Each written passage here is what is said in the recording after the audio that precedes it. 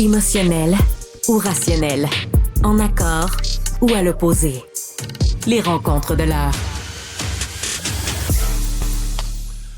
Bonjour Yasmine. Bonjour Mario. Les choses ont déboulé vite à la DPJ du centre du Québec. Il y a eu ce reportage sur un nombre anormal d'enfants qui se retrouvaient placés en famille d'accueil. Et en cours de journée hier, le ministre a agi. Là.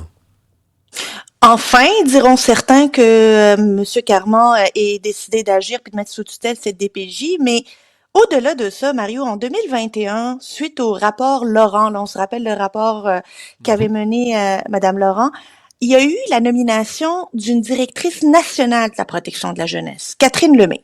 Là, tu parles de celle qui est toujours dans l'actualité à défendre les enfants, là, qu'on voit partout tout le temps, là? Celle qu'on voit pas du tout, puis qu'on voit... Pardon, excuse-moi. On n'a jamais entendu parler. Ça... Je fais des farces, là, je suis un peu cynique, mais il me semble qu'on n'a jamais entendu parler de ce qu'elle faisait quelque chose. Jamais. Et je te le confirme, jamais. Son mandat a même été renouvelé en mars 2024. Imagine, elle a déjà fini un premier 3 ans, puis là, on a renouvelé son mandat. Écoute, je suis allée voir son mandat. C'était quoi son mandat officiellement? Je vais te lire juste quelques passages. Oui, ça m'intéresse. Exercer les contrôles requis pour assurer que les interventions respectent les plus hauts standards. Ça, c'est une. Okay. Deuxième chose, assurer la mise en œuvre et le respect des orientations et des normes de pratique dans toutes les régions. Me semble qu'on devrait mettre sous tutelle la Direction nationale de la protection de la jeunesse qui visiblement ne remplit pas son mandat.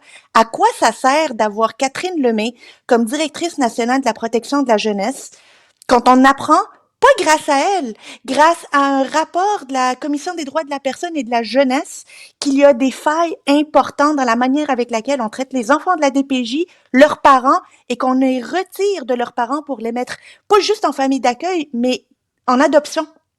En gros, tout ça s'est passé en parallèle d'elle. C'est-à-dire que la Commission des droits de la personne fait ça, ça sort dans l'actualité, le ministre met en tutelle.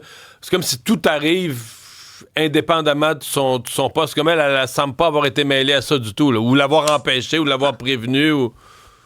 Puis le gouvernement, hier, le cabinet du ministre, il dit que le gouvernement, ils disent que maintenant, elle va être chargée de mener les vérifications auprès de toutes les autres directions régionales pour s'assurer que ça soit pas le cas.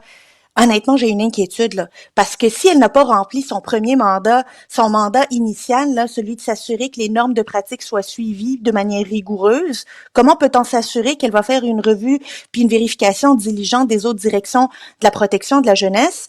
Et je peux pas croire que c'est juste une anecdote, là, ce qui se passe à Mauricie, centre du Québec. Quand elle a été nommée, moi je la connais pas du tout, jamais rencontrée, jamais croisée, mais quand elle a été nommée, je connaissais des gens là, qui la connaissaient, puis on en disait que du bien au niveau d'une personne bien intentionnée, intéressée par le sort des enfants.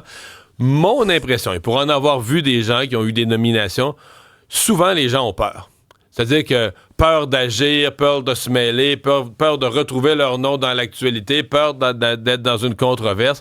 Alors, la tentation que j'aurais ce matin, c'est de dire, Mme Lemay, garde, là, tu mets tes capes d'acier, ton casque de sécurité, tes gants de boxe, puis tu y vas, ou tu rentres chez vous. Là. Je veux dire, t'es pas dans une job facile, tu vas être dans des controverses, c'est difficile, mais si tu dis, moi, je suis la protectrice des enfants pour tout le Québec, tu l'es ou tu l'es pas, là.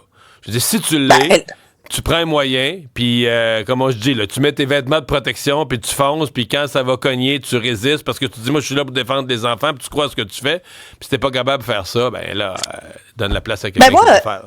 La preuve que le gouvernement ne pense pas qu'il est capable de le faire, c'est que si Lionel Carman a donné le mandat à la CDPJ de faire ce rapport-là. Ça devrait être sa directrice nationale de la protection de la jeunesse qui, elle va sur le terrain, qui, elle, fait ses vérifications. C'est dans son mandat écrit noir sur blanc. Alors, à un certain moment, c'est pas la première fois que les autorités et les chroniqueurs et tout dénoncent l'absence totale de Catherine Lemay sur la scène médiatique pour pouvoir défendre son travail, défendre la DPJ, d'expliquer, de mettre ses souliers, de sortir puis d'assurer le respect. Elle n'est pas là. Qu'est-ce qu'elle fait? Qu'est-ce que le gouvernement fait? Pourquoi lui ont redonné un deuxième mandat le 20 mars 2024? Parce que c'est le sort des enfants qui est en jeu, tu fais bien de le rappeler. François Legault l'avait promis il y a plusieurs semaines déjà, là, ce projet de loi qui devait arriver durant la présente session pour faire le ménage dans les étudiants étrangers, les inscriptions d'étudiants étrangers. Et on est arrivé là. Le projet de loi va être déposé aujourd'hui par Jean-François Roberge. En fait, l'objectif, c'est de se donner les moyens juridiques de pouvoir rajouter des filtres dans l'acceptation de ces étudiants étrangers. Il faut comprendre que les étudiants étrangers, là, c'est une compétence qui est partagée.